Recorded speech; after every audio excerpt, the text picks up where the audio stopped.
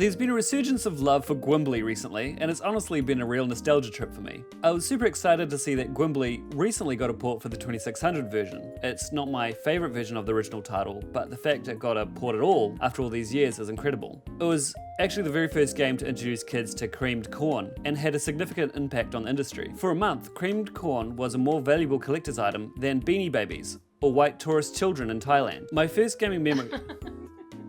gaming memories were in the DOS era, but occasionally my brother would drag out his old Atari. That was the first time I'd ever seen a Gwimbly game, before he got big in the 32-bit era. Most of us have probably played his game via bootlegged floppies, but everyone who was lucky to get a retail copy got their very own live Gwimbly, sealed in the box in the form of an actual live mouse, found around Chernobyl. This was super controversial, as you can imagine, but the publishers said that there was no way they were going to paint and pack that many possums into a box. I actually got a box and sealed copy myself, and I was able to get it off Amazon right before the retro game market started to get crazy. If this video gets a million views, I'll do an unboxing and see how that little guy held up over 40 years. The game was ported by Moth Entertainment onto itch.io as an HTML5 version, and maintains all 10 cans of creamed corn lovingly rendered in the original placements, giving 10 points each. Completionists should aim for all 100 points.